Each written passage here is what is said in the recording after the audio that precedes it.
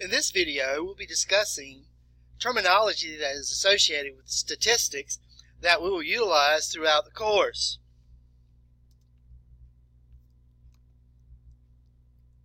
First, I guess we should define statistics. What is statistics? It is the science of collecting, organizing, analyzing, and interpreting data in order to make decisions. The word statistic is derived from the Latin statisticus, which means of the state. And when we think of state, we think of governments. All governments have a need to collect data. Even in some of the earliest civilizations, there was a need to collect data. That is, the census. In biblical times, even Mary and Joseph had to travel in order to be counted in the census. Now, there are two very important terms that are associated with the collection of data. A population is the collection of all, and I emphasize the word all, outcomes, responses, measurements, or data of interest. Now, population here doesn't refer necessarily to people. Population is the collection of all data. It could be income statistics. It could be information in reference to who you may vote for when you're exiting the polls. And it could be data that is related to specific characteristics of humans, such as weight, height, IQ, or other things of that nature. Whereas a sample is a subset of the population. So you may ask, why would we want to study a subset of the population versus the entire population? Well, the short answer is that sometimes the population is so huge that it becomes a burden, becomes very cumbersome, or also very expensive to try to collect all the data. So therefore, what we do is generally take a random sample of the population and use that to make inferences in reference to the entire population. For example, an exit poll consisting of people randomly selected from various voting precincts across the U.S. is used to predict the outcome of a presidential election. Now, it would be very time-consuming, it would be very burdensome to conduct or to gather all the information for those who are leaving the polling precincts throughout the United States. You've seen this happen on the news, in which CNN or NBC or CBS predicts that a certain state is going for a particular candidate before all the polls close. And they can do that based on their random sample of precincts throughout that particular state, based on the information that they receive from the voters as they exit.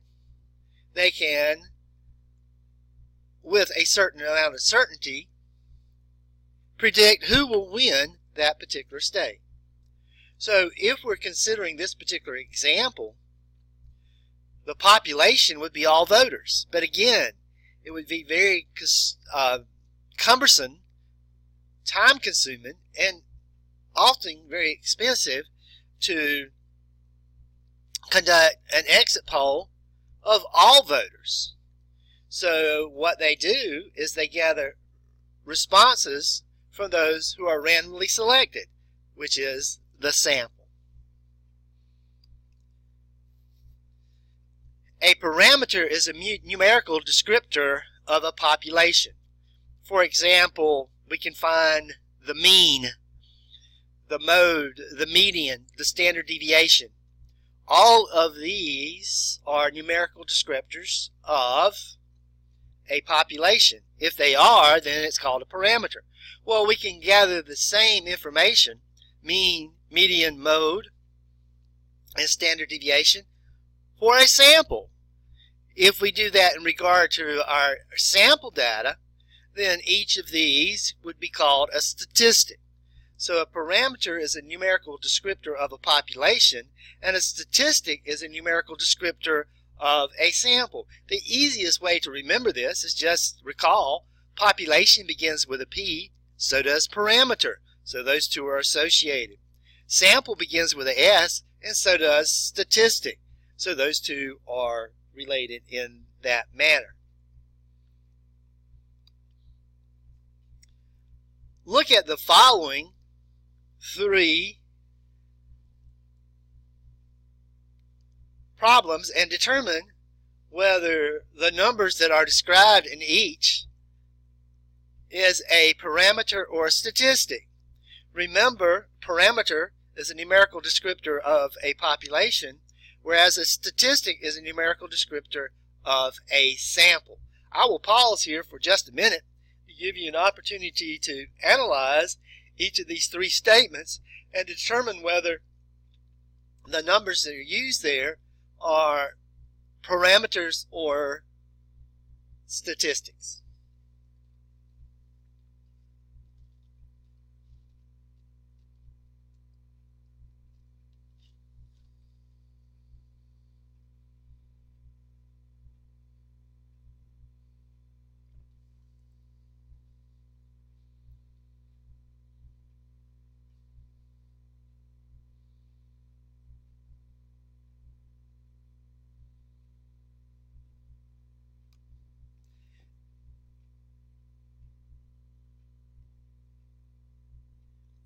In the first statement, it refers to the average starting salary of $70,000 from the survey of a sample. So in the first statement, it indicates that the information was gathered from a sample. So the $70,000 represents a statistic. In example number 2, it states that the starting salaries of all refers to a population. It's all the data. So therefore, the 7.5% increase in salary is a parameter. Number 3 says a random check of a sample. So again, the word sample here is used. So the 30% is a statistic. Parameter, population, all the data. Statistic, a sample, a subset of the population. There are two types of statistics, descriptive and inferential. Descriptive statistics consist of collecting, organizing, summarizing, and presenting data. It could be in the form of graphs or averages or measures of variation, percentiles, etc. And we will discuss each one of those particular types of measurements later on in this particular course. Whereas inferential statistic involves making decisions or predictions about a population based on information gathered from a sample. Now, the two are not inseparable.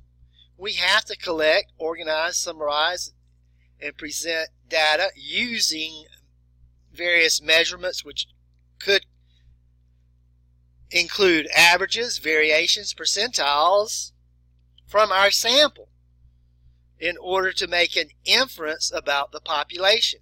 So we use descriptive statistics in order to make inferences from the information that we gather from a sample about the entire population.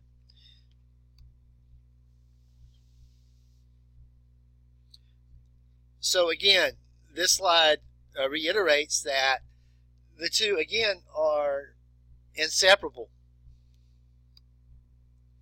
A variable is any characteristic that varies from one individual member to another. Now, when I say individual member, that doesn't necessarily refer to a human. It's any characteristic of whatever we're researching. It could be the yield of the number of bushels of corn in a particular field due to the type of fertilizer that we use. So when I say individual member, I do not necessarily mean that to refer to an individual, even though the examples here that I've listed could possibly, many of them, refer to individuals, humans, but that's not true of all variables. So characteristics that varies from one individual to another: height, weight, sex, eye color, IQ, income, etc. So all of these could be considered variables. There are two types of variables: qualitative and quantitative. Quantitative variables are those that can be counted or measured. They are numeric.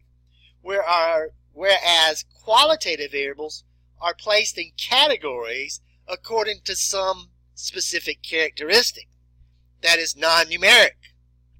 For example, I can divide the members of this particular class into two groups based on their sex, male or female.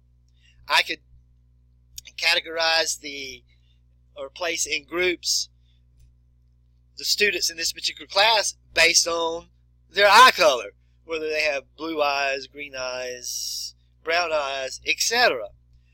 Those particular groupings are non-mathematical. Now, granted, I can count the number of males, the number of females, the number of blue-eyed students, etc., but they were placed in these categories by specific characteristics which are non-mathematical, whereas quantitative variables can be measured, things such as height, weight, income, IQ score, to mention a few. Now, there are two levels of qualitative data.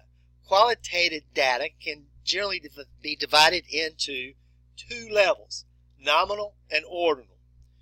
Nominal, the data is categorized by names only, labels, qualities. No mathematical operations can be performed on nominal level data. Nominal level data cannot be ranked or ordered. Another example would be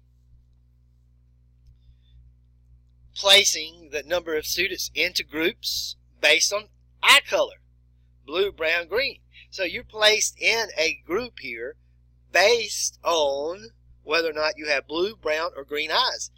That is a specific characteristic, a label only.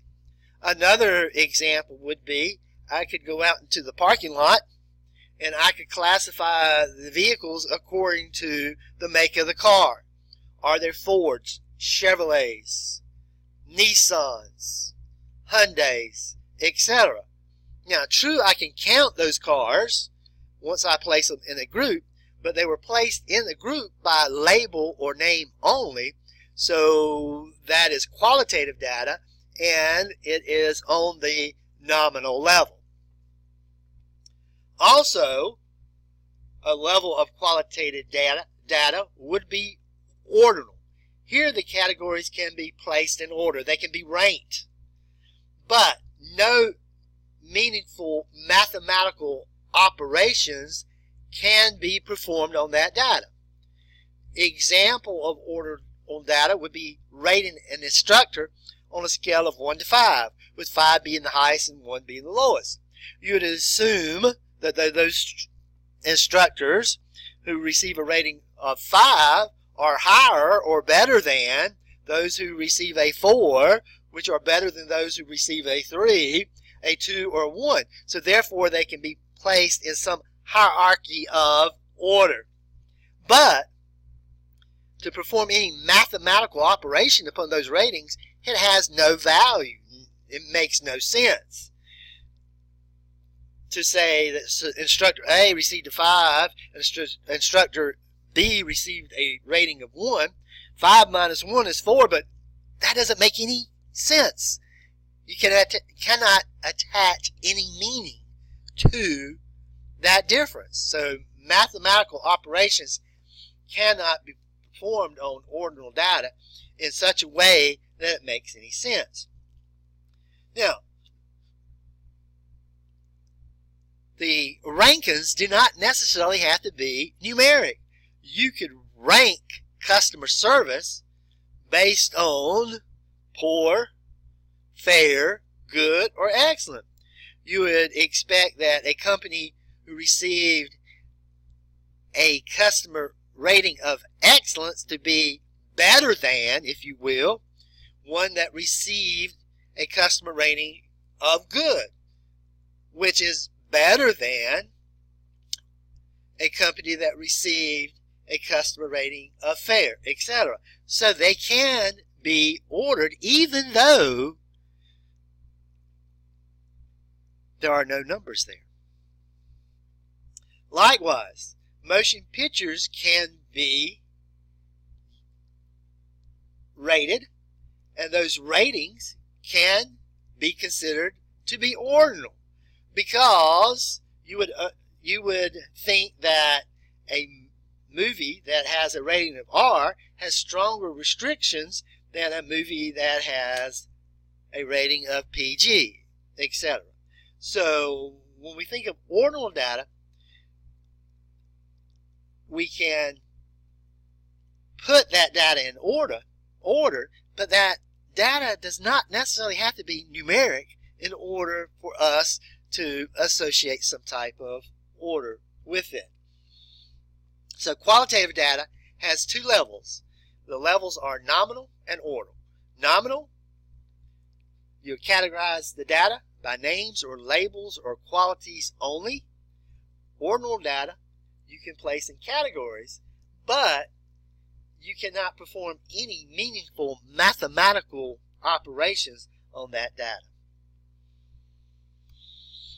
Quantitative data, which is numeric data, also has two levels. We have what we call an interval scale and a ratio scale. And sometimes students have a difficult time distinguishing between what data should be recorded as being on an interval scale versus that of a ratio scale. Now, data, quantitative data, numerical data that can be included within a interval scale are things such as SAT scores. If you show up to take the SAT score, you automatically start out with 200 points in the math section, verbal section, and writing section. There is no absolute zero. So the main difference between an interval scale and a ratio scale is that an interval scale does not have an absolute zero. IQ scores, another example. 99.5% of the population has an IQ score between 60 and 140. There's no absolute zero, I guess, unless you are deceased. Temperature, the scale that we use mainly here in America, the Fahrenheit scale.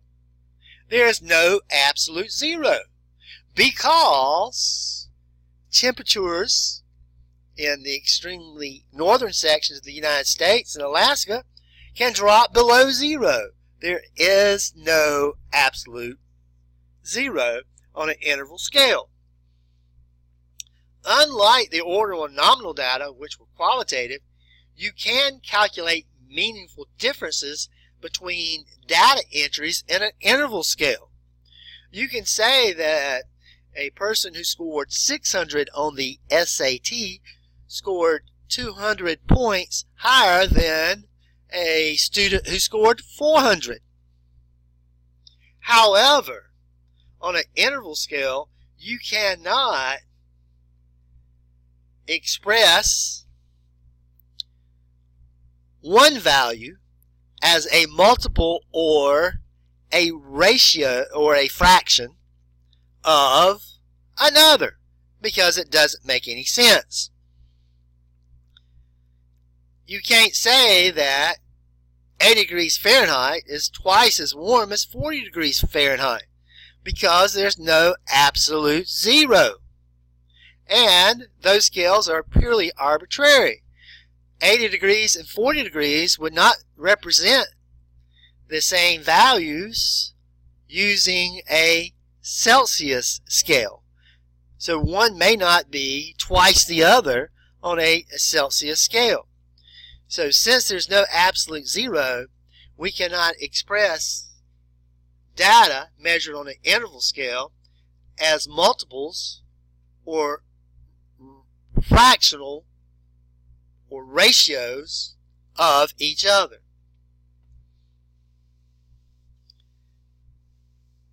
Whereas on a ratio scale, there is and there does exist an absolute zero.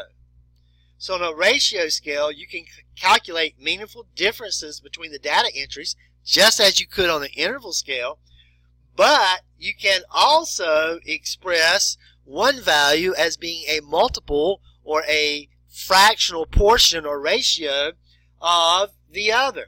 For example, height and weight and salary. Before you step on that scale, you want to make sure that the scale is calibrated to zero. There is an absolute zero. Before I take my tape measure out to measure the length of the desk in the classroom, you're basically starting with 0 inches. Same thing with salary. If you don't work, don't expect to get paid. Your earnings will be 0.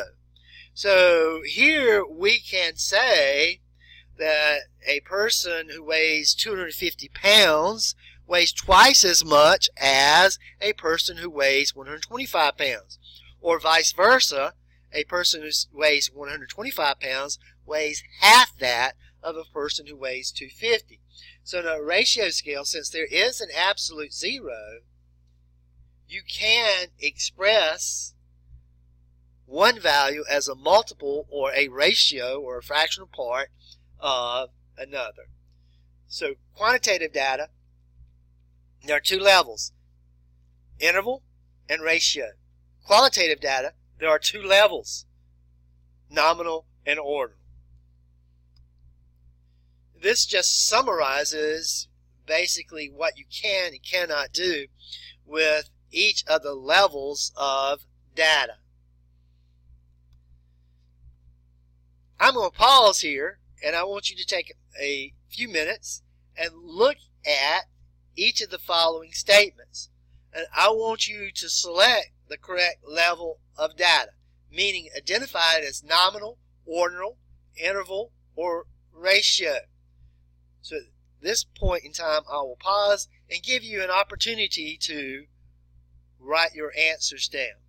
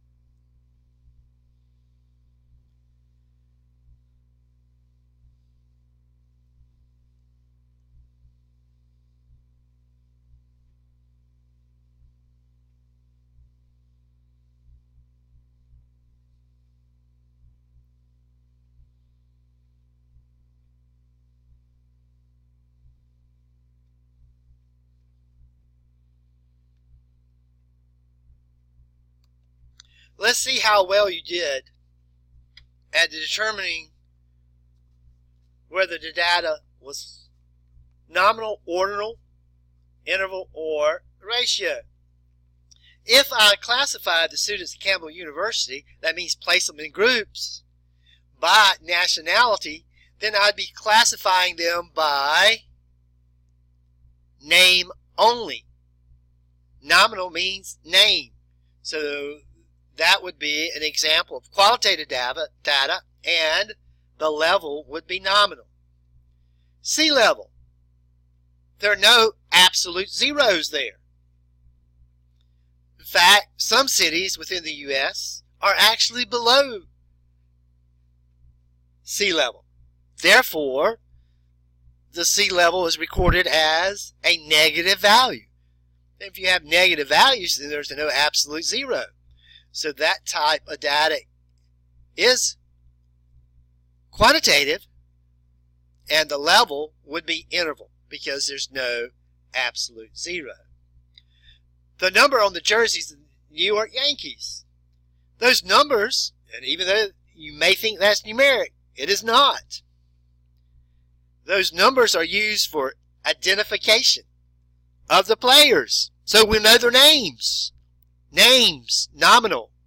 So that data is qualitative and nominal. So just don't assume because you see a number that the data is automatically numeric and would be classified as quantitative. It is not. Another example would be zip codes. Zip codes are used to identify the cities throughout the United States. So, identification, the name of the city, those, even though they are numbers, doesn't represent numeric data. It is qualitative data, just like the numbers on the jerseys are used to identify the players. Name, nominal. Scores on your Math 160 exam. You're going to begin with 0 points until you answer a question and get it correct. So there is an absolute zero.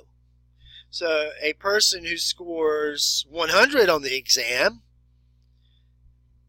would have a score which is twice as high as a student who scores 50. So you can express the values as multiples or ratios of each other. And since there is absolute zero, the scores on your exam would be a ratio scale. Rate is a customer service. Excellent is better than good. Likewise, good is better than fair. So even though the data is not numeric, you can place the data in order based on the type of service, whether it be classified as excellent, good, fair, or poor. The type of phone that you have, an Android, an iPhone, or other. Here again, you're placing the phones in categories based on name only, whether it's an Android, whether it's an iPhone, or whether it's other. So that type of data would be nominal. So how did you do at identifying each of those?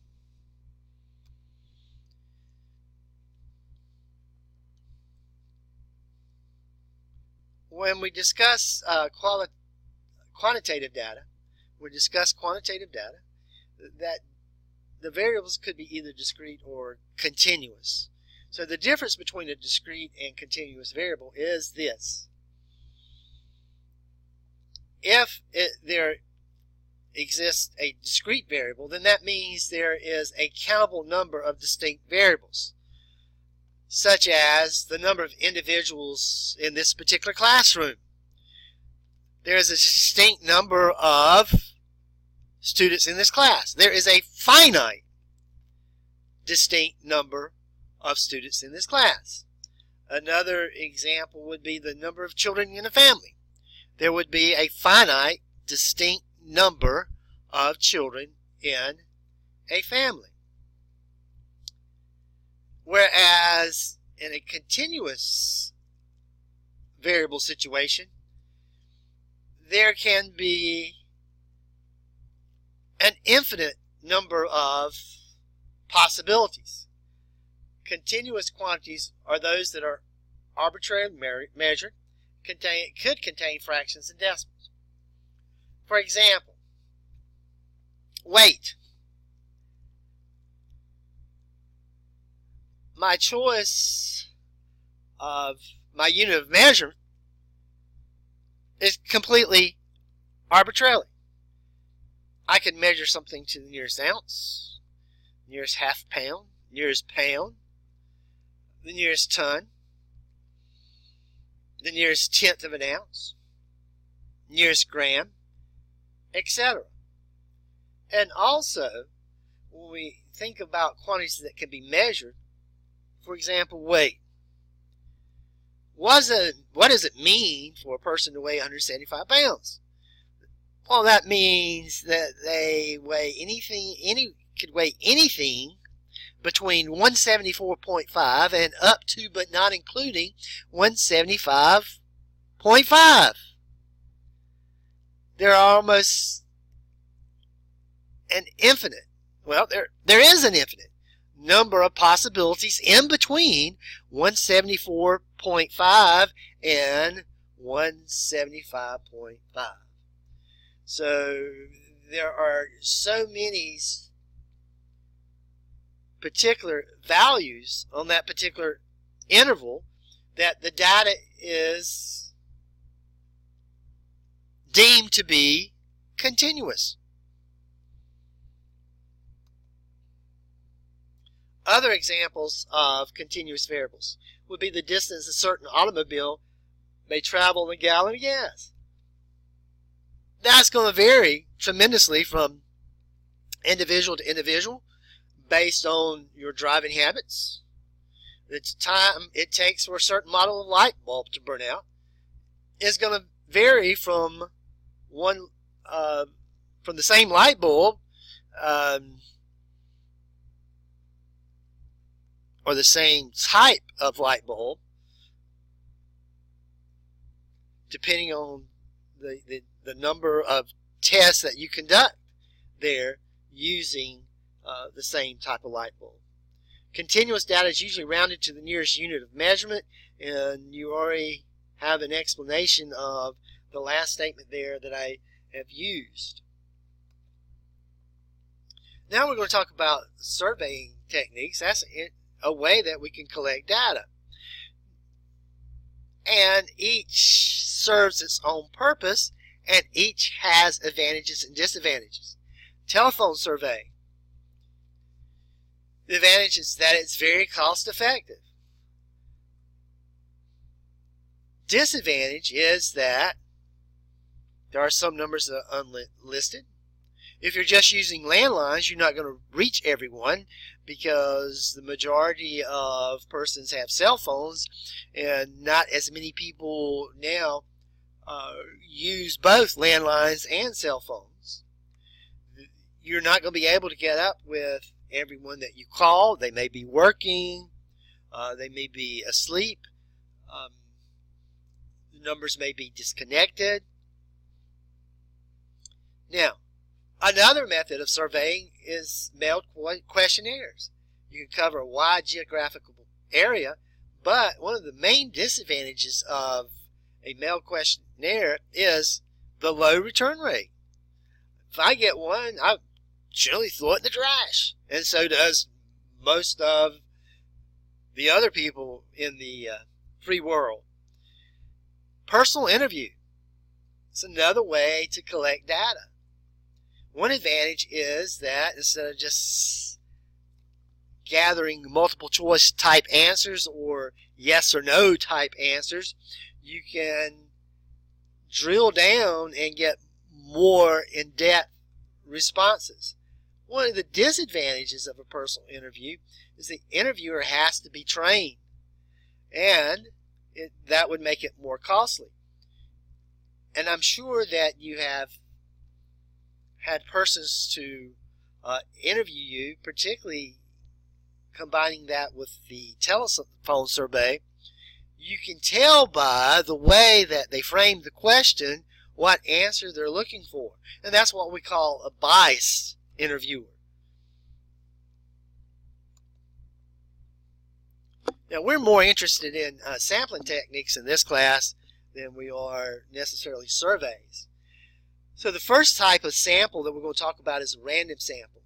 And this is a sample in which every member of the population has an equal likely chance of being selected. And again, when I say population, that doesn't necessarily mean people.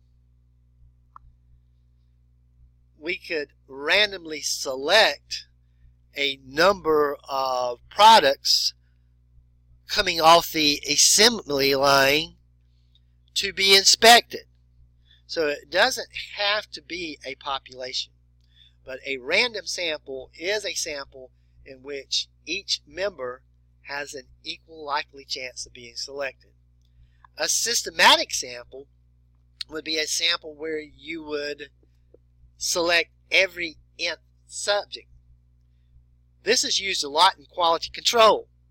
So if I'm working for Sony and it's my job to inspect and determine the quality of the HD TV sets that are being produced on the assembly line, I certainly may not be able to inspect every one, but I might be able to pull every 100th set from the assembly line to check for quality. So if I pull the 100th, then I'm going to pull the 200th, I'm going to pull the 300th, and the 400th, 500th, 600th, etc., and so on. So a systematic sample is where every nth subject is chosen. Now the next two I'm going to talk about are stratified and cluster. And students often confuse these two, and there are some similarities, but they are quite different in a couple of respects.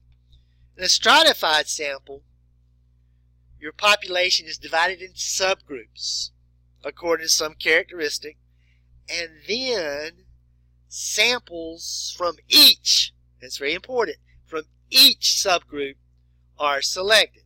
For example, if Campbell University was trying to conduct a satisfaction survey from the students, what they might wish to do is divide the students into subgroups: freshmen, sophomore, juniors, and seniors. Because a freshman may have an entirely different opinion than that of a senior. So we could divide the entire population of students at Campbell University into 4 classes: freshmen, sophomore, juniors, and seniors. Then we would select a number of individuals from each, and again I emphasize each subgroup. So we might select 25 freshmen, 25 sophomores, 25 juniors, and 25 seniors in order to collect our data. Whereas a cluster sample is obtained by dividing the population into clusters. Well, that's very similar to the groups that we talked about for the stratified sample. But there's one major difference. Once we divide that population into clusters, we're selecting 1 or 2 of those clusters, and we're collecting data from all the members of the particular clusters that we select. Again, we're going to take the population divided into clusters, and then we're going to select 1 or more clusters, and we're going to collect data from all the members of those clusters. Remember, stratified, we divided the population into groups, and we collected data from each of the particular subgroups. We're not collecting data from each one of the clusters here. We are selecting, after we divided the population into, say, several clusters, we are selecting one or more of those clusters, and we're collecting data from all the members within those particular clusters that are selected. For example, suppose that there are 10 hospitals in a geographic location. So I've divided my hospitals into 10 clusters. But in order to gather data, reference the quality of care, I may just select 2 of those 10. But the 2 of the 10 that I select, I'm going to interview all the patients from those 2 individual hospitals. Another example, there are like 10 or 12 comprehensive high schools in Cumberland County. So if I want to gather some information, reference faculty working conditions, instead of interviewing faculty from each of the 10 or 12 high schools, what I can do is select 2 high schools and interview all the faculty contained within those 2. And that would be a cluster sample.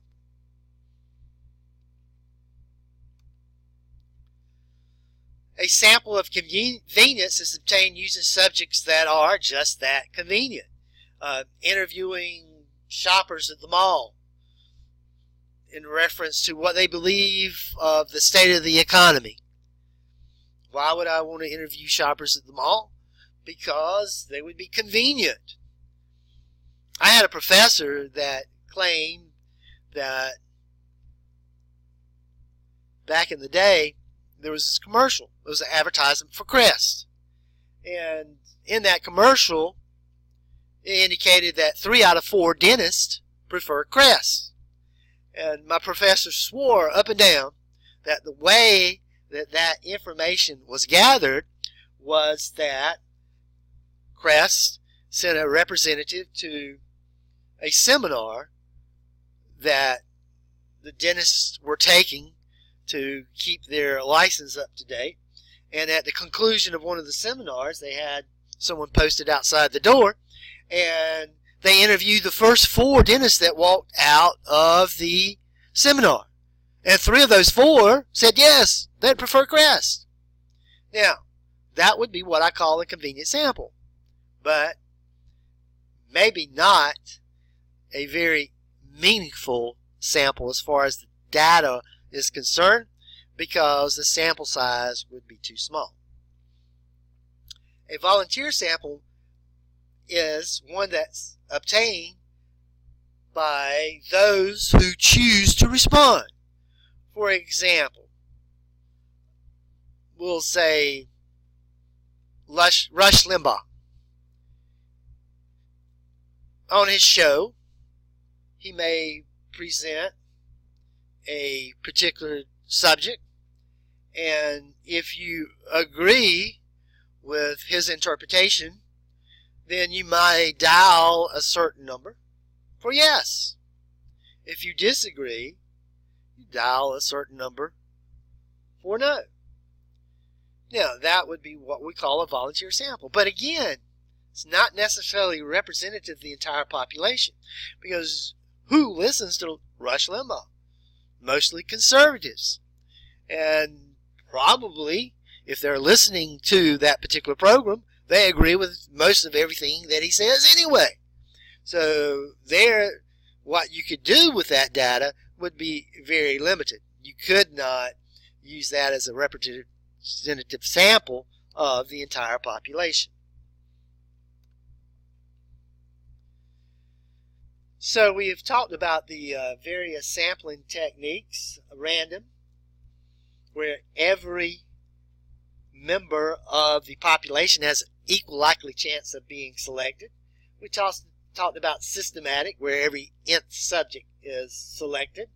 We talked about the stratified, in which the population is divided into subgroups, and then a certain number of members of each subgroup is selected for the collection of data purposes. And we talked about a cluster in which the population is divided into clusters, and then one or more of the clusters are selected, and all the members of those clusters selected are interviewed, or data is collected from them. We talked about a convenience sample where subjects are obtained simply because they are convenient. And we talked about a volunteer sample where the participants choose to respond. Now, here we have some examples of samples that are taken. I'm going to pause here, and I want you to study the 5 examples, and I want you to identify the particular sampling technique as either being random, systematic, stratified, clustered, convenient, or volunteer. So we'll pause here for a minute and give you an opportunity to write your answers down.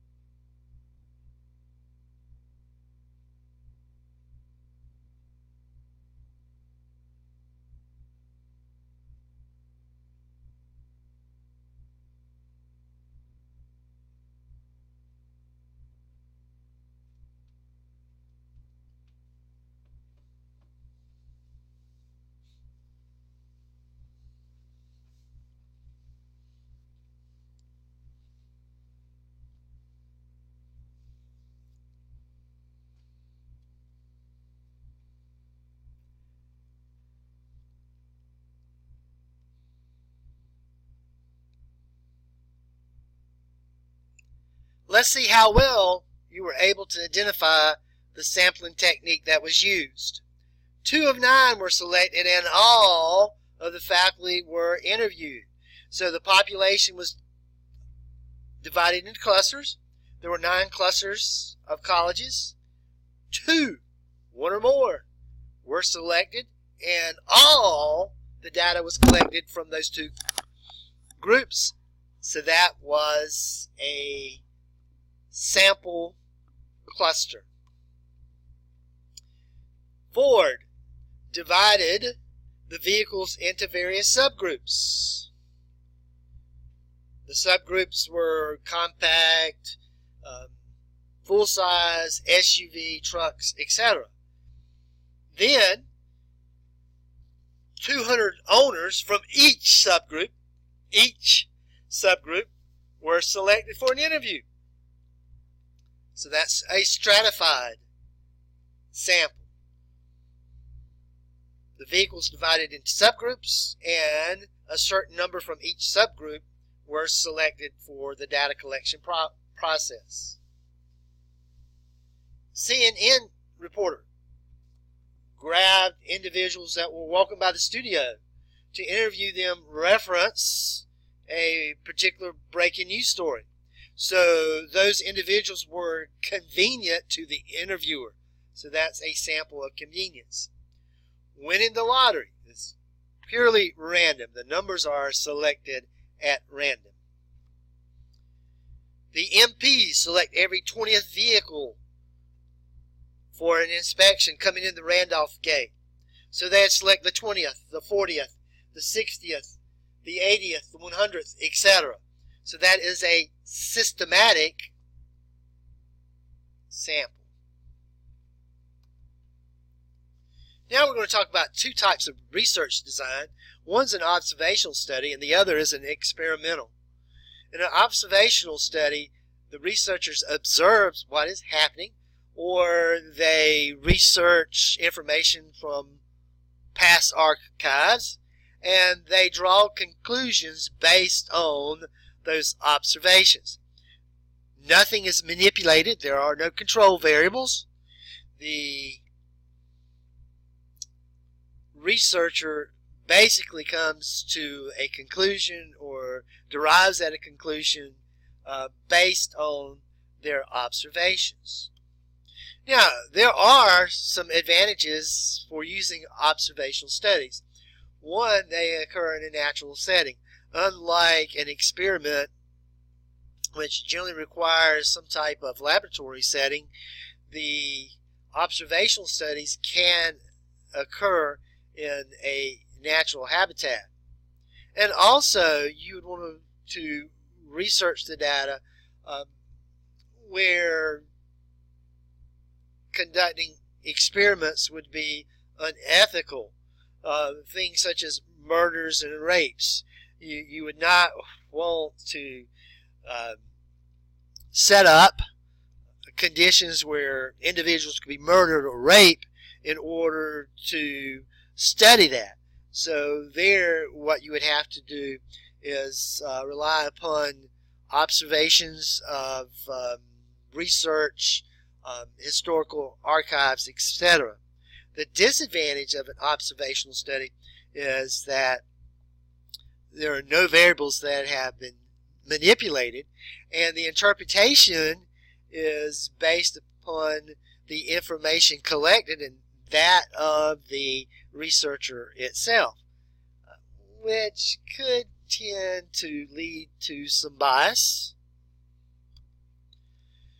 Whereas in an experimental study, the researcher actually manipulates one variable to determine how it affects another. The variable that is being manipulated is called the independent variable, and the variable that is not under the researcher's control is called the dependent variable. For example, a psychologist might wish to measure the number of aggressive behaviors in depressed versus non-depressed adolescents. So the independent variable is the state of depression. What the psychologist has no control over is the number of aggressive acts exhibited by the individuals from each group. Another example, two groups are asked to perform sit-ups. One group was instructed, do your best. The other group was, hey, look, you got to get with this. I want you to increase the number of sit-ups that you perform each day by 10%. So at the end of the experiment, the first group, who were told, hey, just do your best, averaged 43 sit-ups by the last day, whereas the second group averaged 56 sit-ups by the last day. This was the group that was told, hey, I want you to increase the number of sit-ups that you can perform by 10% each day. So the independent variable consists of the type of instruction. One group received a different type of instruction than the other. The dependent variable, which is what's being measured here, is the number of sit-ups. Now, often when we perform an experiment, we want a treatment group and a control group. The treatment group is the one that receives special treatment, such as from the last example, the group that was told, hey, increase the number of sit-ups you do each day by 10%. The control group is the group not receiving special treatment. Now, some factors affecting experiments. They may not occur under natural conditions. You may have to conduct the experiment in a laboratory situation, which may affect your outcomes. Another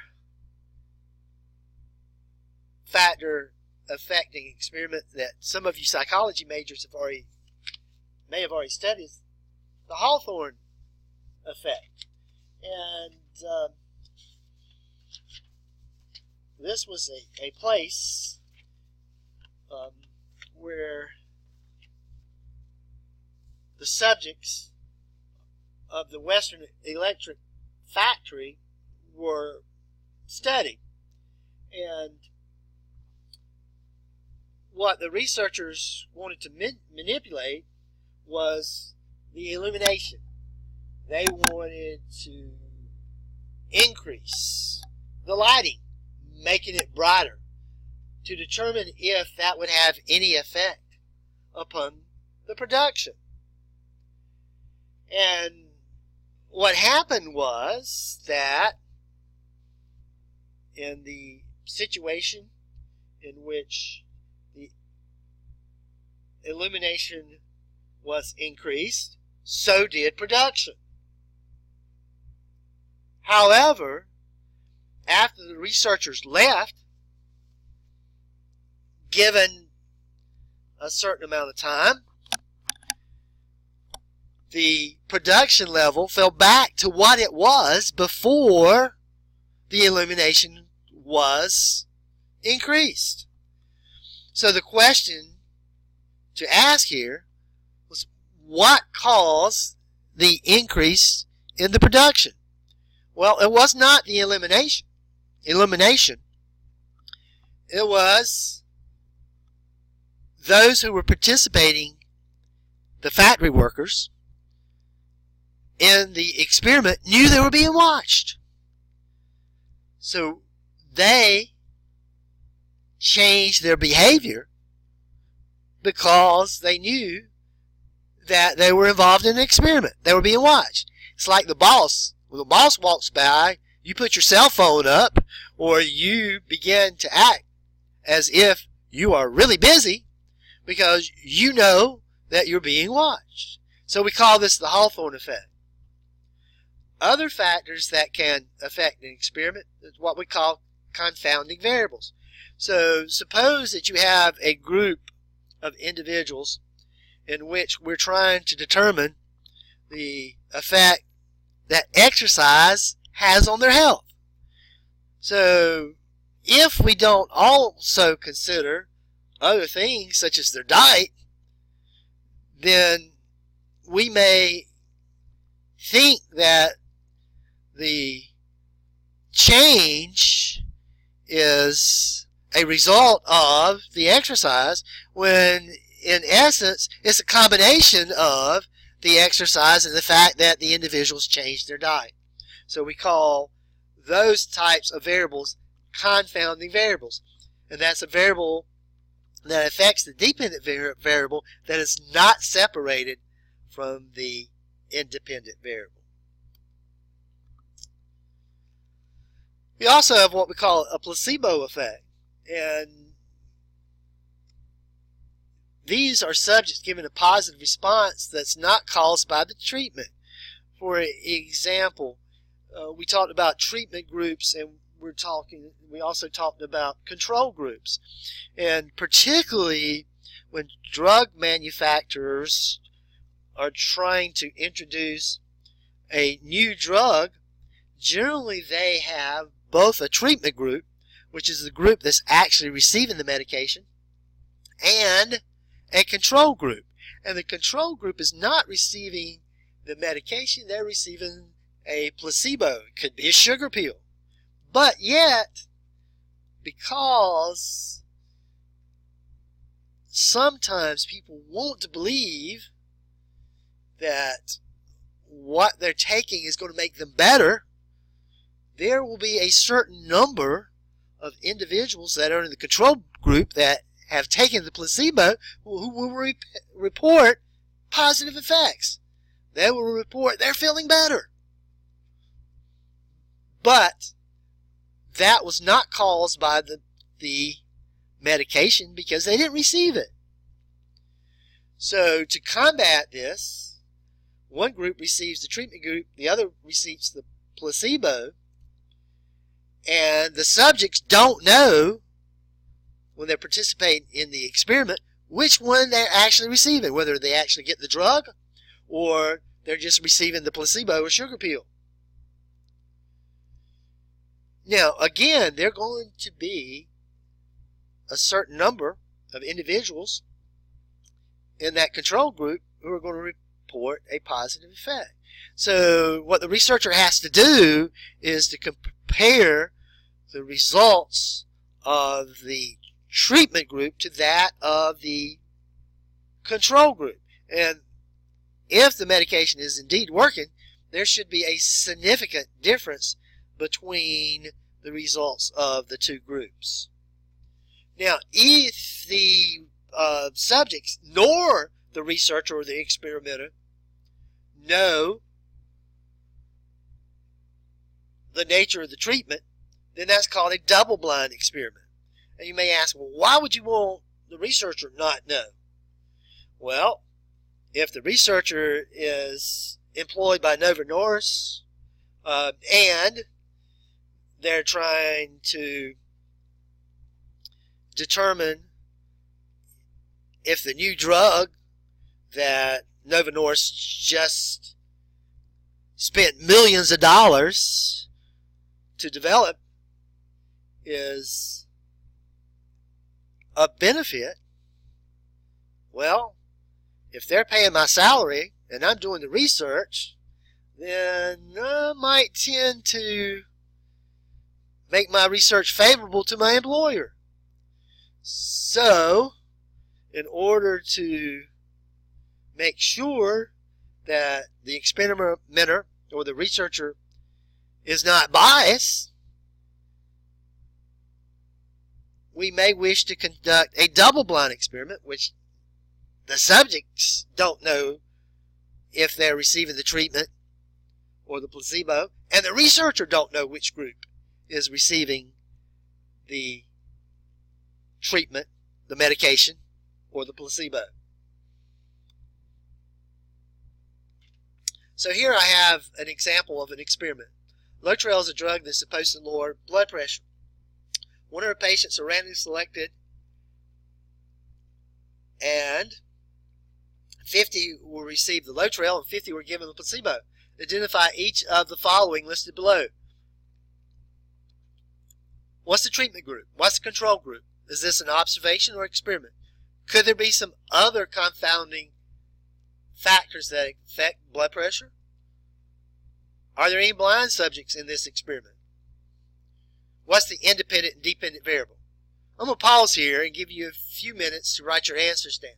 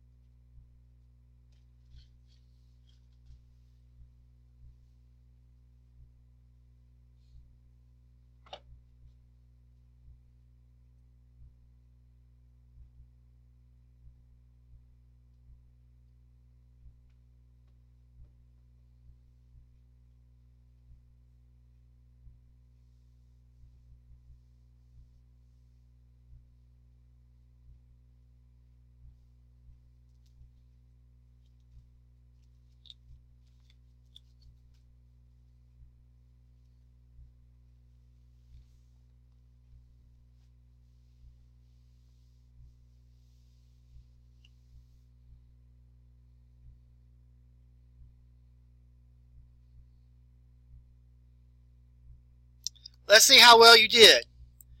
The treatment group are the ones that received just that, the special treatment. So those would be the ones that received the Lotrel. The control group would be the ones that received the placebo. This is an experiment. Why? Because there is a manipulation of a variable. The variable that's being manipulated is the type of medication that the patients received. There could be also some confounding factors in this particular experiment, because there could be some other things that could affect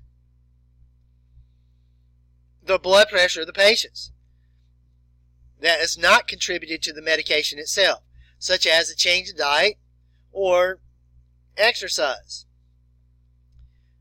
Now, we will assume that there are some blind subjects. We would assume that both groups would be blind here. It's really not specified, but usually in this type of experiment, both groups are blind. The independent variable is the type of medication, Lotrel or placebo. The dependent variable is actually the blood pressure. There's an old saying in mathematics that statistics don't lie, but statisticians do. So when you are interpreting an article that involves statistics, you need to look at the fine print and ask yourself a couple of questions. Was the sample chosen representative of the population? For example, if I want to gather information in reference to how individuals feel about gun control, so I choose the southeastern United States, that geographical area, to perform my research. Well, most of us in the South here love our guns and our hunting dogs. So the results there from that particular geographical area may not be representative of the entire population of the U.S. Questionnaires, you have to be careful in that you need to make sure that whomever is asking the questions or the questions themselves are not presented in a biased manner. In other words, you want to make sure that they're not trying to lead or mislead those who are participating in the research. Conclusions made on an inadequate number in the sample. 3 out of 4 dentists prefer Crest. If that information was gathered by asking the first 4 dentists who exited a seminar, then that is not a large enough sample to make your conclusion, even though it's not a lie, if those were the responses that were indeed recorded. Presenting information in graphs which are manipulated to represent the author's point of view. Let's look at the 2 graphs here. The graph on the left represents the price of a gallon of gasoline from January 2016 to November 2016. And so does the graph on the right. We still have gallon gas price per gallon from January 16 to November 16. However, we may conclude, looking at the graph on the left, there's only a slight increase in the price of a gallon of gas. Whereas on the right, we might conclude that there's a huge increase in the price per gallon. Which one is correct? Both. But notice that the axes, in particular the vertical axis, has been manipulated. The graph on the left, we're using a scale of $1, where on the graph on the right, we're using a scale of 10 cents. So by using the greater scale on the left, it appears that the price of gas has only risen slightly. But using the scale on the right, wow, this looks like there's a big difference between where I started and where I ended on the graph on the right. Now, both of these graphs represent the same data. In January 16, the graph on the left indicates that the price of a gallon of gas was just under $2 a gallon. Well, if you look at the graph on the right, it indicates the same thing. Gallon of gas in January 2016 looks like about $1.88 per gallon. And again, the graph on the left, in November, gas was slightly above $2. Graph on the right, November 2016, graph indicates that gallon gas is somewhere around $2.15. Both of these are accurate, but they represent two different point of views according to the wish of the author. The last thing we want to talk about is organizing data. Here, the data consists of blood types: A, AB, B, and O. So here we've gathered the data. Remember, earlier we defined statistics as collecting. So the data has been collected from 40 individuals. Now what we want to do is organize that data into what we call a frequency distribution. And that's simply a chart indicating the frequency of the occurrence of each type of blood. So if we look at this and we count the number of individuals from that 40 that had blood type O, we'd have 16. Likewise, we count the number of individuals that have blood type A, and we have 18. Likewise, B4, AB 2. Now, what we want to do is compute also something called the relative frequency. And the relative frequency is the frequency of that particular item divided by the total number of occurrences. So in order to determine the relative frequency for blood type O, we take the frequency of that particular item, which was 16, and divide it by the total number of occurrences. And there were 40 data entries here as far as the blood types were concerned. So that's 16 divided by 40, which gives us 0.40. Likewise, blood type A, if we determine the relative frequency, that is equal to the frequency of that particular item, which is 18, divided by the total number of occurrences, or the total number of items that we have, which is 40. 18 divided by 40 is 0.45. And likewise, B, there were a frequency of 4. 4 divided by 40 is 0.10. And of course, if we want to change that to a percent, if we want to change the relative frequency to percent, simply multiply it by 100 or move the decimal 2 places to the right. Qualitative data. This data is qualitative because it was placed in groups by name only.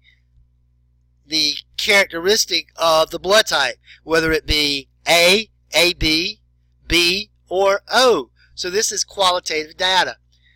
The level here is nominal because, again, we're placing the data, we're characterizing it by name only, whether you have A, B, AB, or O blood types. In qualitative data, we can represent that using a bar graph. Generally, the frequency is indicated on the vertical axis, and the various non-numeric information is located on the horizontal axis. Note that in qualitative data, the bars do not touch. Qualitative data, the bars do not touch. Make sure that you label both axes, and by label I mean blood type, frequency, blood types O, A, B, AB, frequency, whatever scale that you choose to use that best represents your data. Of course, we could represent the same information using a circle graph or a pie graph as opposed to bar graph. If you do that, remember there's 360 degrees in the circle, so we'd have to draw a central angle which is proportional to the numbers represented by each blood type. So you take the relative frequency, which is 0.40, multiplied by 360. So you would have to represent blood type O using a 144 degree central angle. Likewise, blood type A, the relative frequency was 0.45. Multiply that times 360, and that would give you an angle, a central angle of measure 162. So using a circle graph, the same data that we use the bar graph for would be represented similar to this. And that's the end of this particular section in reference to using terminology associated with statistics.